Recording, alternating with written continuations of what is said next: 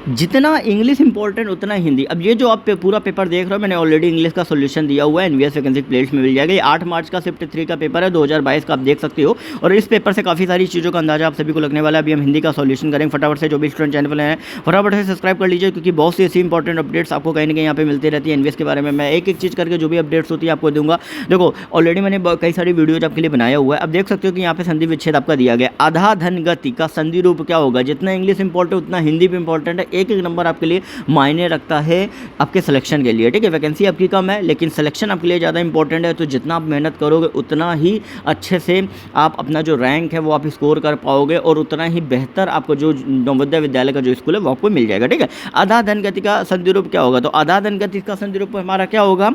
अधोगति, ठीक है, अधोगति होगा, ठीक है। बेसिक संधि क्या करनी है? देखो एक हो गई हमारी दीर्घ संधि, गुण संधि, ठीक है, दीर्घ गुण संधि, यण संधि, ठीक है। ये कुछ बेसिक संधियाँ हैं, वो बस एक बार पढ़ लेना, बाकी उसके अलावा काम हो जाएगा। अब देखो यहाँ ये एक प्राचीन मंदिर है, वाक्यांश में रेखांकित शब्द का विशेषण क्या है? अब देखो प्राचीन मतलब क्या हो रहा है कि बताया जा रहा है कि बहुत पुरातन समय पहले से ये जो मंदिर है वो कहीं ना कहीं बना हुआ है, ठीक है। तो इसका मतलब क्या है कि ये इसकी विशेषता बताई जा रही है, ठीक है। मतलब इसका जो गुण है कि मंदिर कैसा है, मंदिर प्राचीन है, तो ये तुम्हारा क्या हो जाएगा? गुणवाचक जो हमारा है वो हमारा हो जाएगा, ठीक है।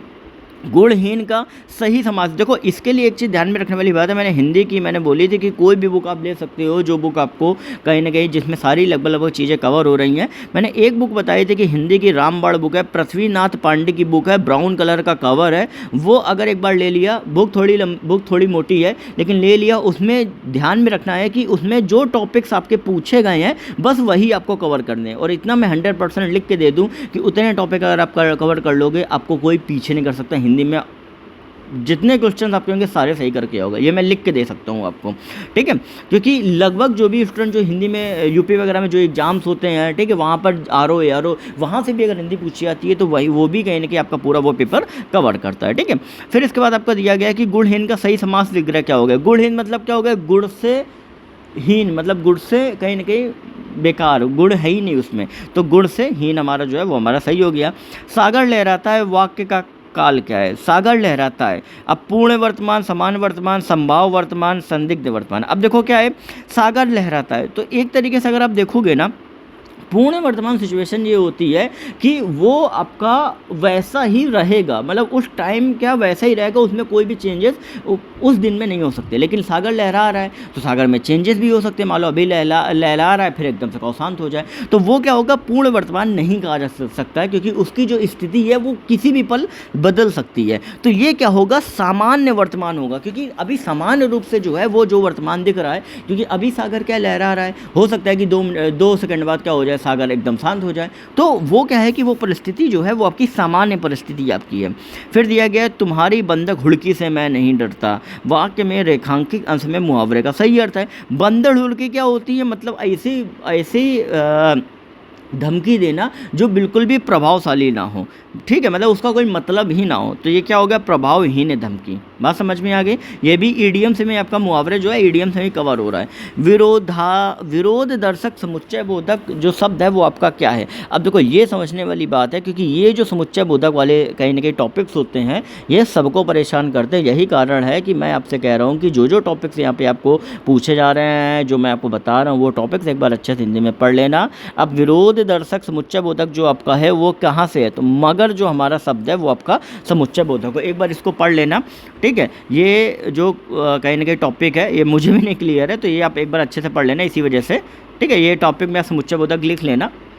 फिर आपका दिया गया है कि सहस्त्रभाव। सहस्त्रभाव मतलब क्या होता है कि सहस्त्र, हजारों बाहु जिसके पास हो, बाहुबल जिसके पास हो वो, ठीक है, बाहु जिसके पास हो वो, तो कौन सा समास है? तो हमारा क्या हो गया? बहुब्रीहि समास हो गया। दशानन जैसे आपका रहता है वैसे सहस्त्र बाहु आपका हो गया। दशानन आपने पढ़ा होगा, एक बार पढ़ना, ठीक है। आंख सुख कलेजे ठंडक, लोकोत का सही अर्थ है, आपको लोकोतियाँ दी गई हैं भैया। आंखों में सुख और कलेजे में ठंडक मतलब क्या हो गया? परम शांति का अनुभव करने वाला, तो ले परम शांति हो गया। होता नहीं कि आंखों में हमारे सुकून है और कलेजे में हमारी, कई लोग कहते नहीं कि यार बताओ कलेजे में हमारी ठंडक पड़ गई और आंखों में एकदम सुकून है, मतलब क्या होगी? एकदम शांत की अनुभूति कर रहा है वो।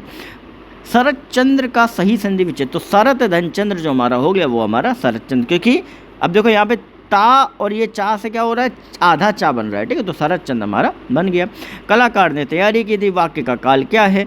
अब देखो कलाकार ने तैयारी की थी, अब बात हम क्या कह रहे हैं, जैसे रोहन ने तैयारी की थी, तो की देखो था से तो आपको भूतकाल समझ में आ रहा है, लेकिन पूर्ण भूत और अपूर्ण भूत कैसे समझ में आएगा। देखो पूर्ण भूत मतलब ये होता है कि आज हम जैसे मान लो आज कलाकार ने प्रदर्शन किया, तो हम क्या बोलेंगे, कलाकार ने कल तैयारी करी थी, कल तैयारी करी थी, जिसका मतलब ये है कि आज उसका प्रदर्शन हो चुका है। सेंटेंस को आप समझिए, कलाकार ने कल तैयारी की थी। कोई पूछ रहा है कि कलाकार ने प्रैक्टिस वगैरह कर ली, हाँ कल तैयारी की थी, मतलब क्या है कि पूरी डेफिनेट तरीके से चीज़ें जो है वो क्लियर हो रही हैं। तो इसका मतलब हमारा क्या हो गया, पूर्णभूत हो गया, ठीक है। मान लो अगर कही दिया जाता कि कलाकार ने कल तैयारी किया था, ठीक है, या कलाकार ने कल तैयारी, कुछ अलग थोड़ा इंडेफिनेट कर देते ना, मतलब अपूर्ण, जिससे कहीं ना कहीं संदिग्ध, कहीं ना कहीं जो कहीं संदिग्ध परिस्थिति कहीं ना कहीं अगर होती तो वो अपूर्ण में आपका आ जाता है। अब यहाँ पे आगार का पर्यायवाची है, तो आगार मतलब क्या होता है, घर होता है। अब ये पर्यायवाची जो है आपको याद ही करने पड़ेंगे, और कोई दूसरा ऑप्शन नहीं है।